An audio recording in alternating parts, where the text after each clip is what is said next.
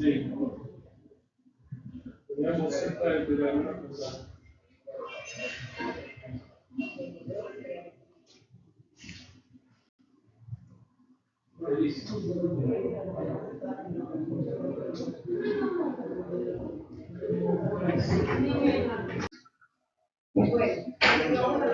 Costes de adquirimiento de contrato.